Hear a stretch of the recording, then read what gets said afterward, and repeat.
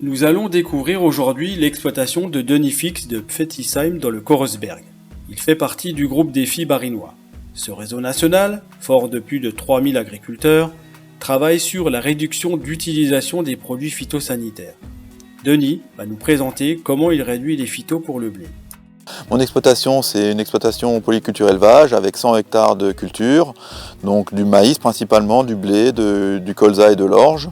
Ensuite, un élevage de porc en engraissement. Par rapport au blé cette année, donc le blé je l'ai semé vers le 20 octobre. Donc c'est un mélange variétal, donc avec des blés barbus, des blés non barbus, des blés plus résistants aux maladies, d'autres plus productifs. Donc j'essaye de faire un mélange variétal par rapport à ça. Et il y a 4 variétés différentes dans le champ ici présent. Alors mes salissements dans mes blés, je les gère dans la rotation. Donc la rotation, j'alterne des cultures de printemps et des cultures d'hiver. Donc en général je fais maïs, blé, colza. Et donc ça me permet tout simplement de limiter les mauvaises herbes ou d'avoir moins de sélection de mauvaises herbes. Est-ce que ça t'arrive aussi de faire une impasse herbicide? En herbicide, c'est déjà arrivé. Alors ça dépend des années. Si les années sont possibles, je peux passer la houe rotative. Donc c'est de faire un traitement mécanique. Tout dépend du côté de l'état de la parcelle, déjà l'année d'avant sûrement. Parce que l'année d'avant, je regarde l'état de la parcelle, si elle est propre, si elle n'est pas propre. Donc il y a deux choses pour optimiser les passages, donc un raccourcisseur qui me permet de limiter. Donc là je mets une demi-dose de produit, donc c'est du C5. Et donc ça permet de raccourcir la taille. Et ensuite j'ai aussi tout simplement la régulation des engrais avec les bilans, comment ça s'appelle ? Les reliquats, voilà, je vais y arriver. Les reliquats, et puis je mets les analyses de sol, des analyses de reliquats, et puis tout simplement après je fais les calculs en fonction des besoins de la plante, je mets ce qu'il faut au bon moment et à la dose qu'il faut. Alors j'évalue le risque maladie déjà grâce au bulletin végétal qui est donné par la Chambre d'agriculture. Donc il y a le modèle Précept, il y a d'autres modèles qui permettent de voir un petit peu, d'évaluer le risque au niveau des maladies. Et donc par rapport à ça, je me fais ma propre estimation. Je regarde en mai s'il pleut beaucoup, s'il pleut pas.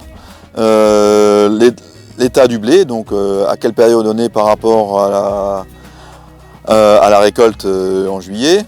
Et donc en fonction de ça, je décide ou pas de traiter. Donc s'il y a peu de maladies en mois de mai, il faut une semaine de pluie, une semaine de beau, une semaine de pluie, et puis que ça monte jusqu'à la dernière feuille, en fonction de ça, on sait s'il faut traiter ou pas.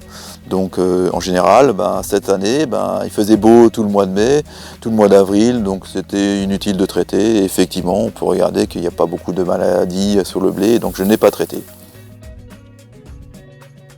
Cette année, c'est une récolte bonne, on va dire, de manière générale.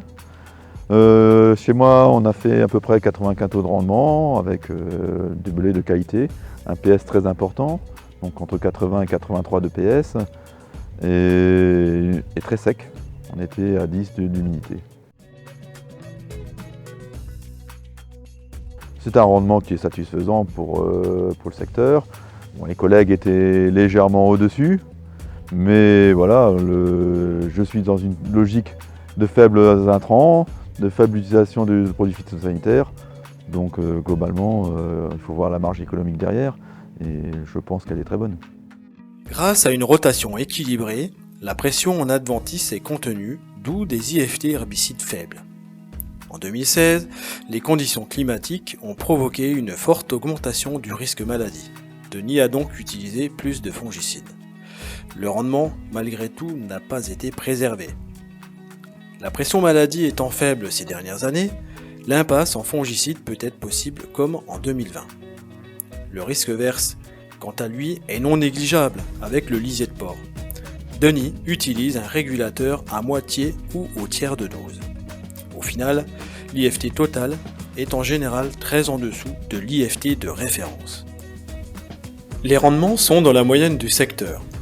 La marge brute est satisfaisante grâce à une bonne optimisation des intrants et avec une faible utilisation des produits phytosanitaires. Cette baisse d'utilisation des produits phytosanitaires est attendue par la société. Pour que cette évolution soit durable, ces systèmes agricoles doivent être multiperformants. Grâce à ces groupes de fermes défis, nous pouvons mettre en œuvre de nouveaux systèmes de culture et mesurer leur performance.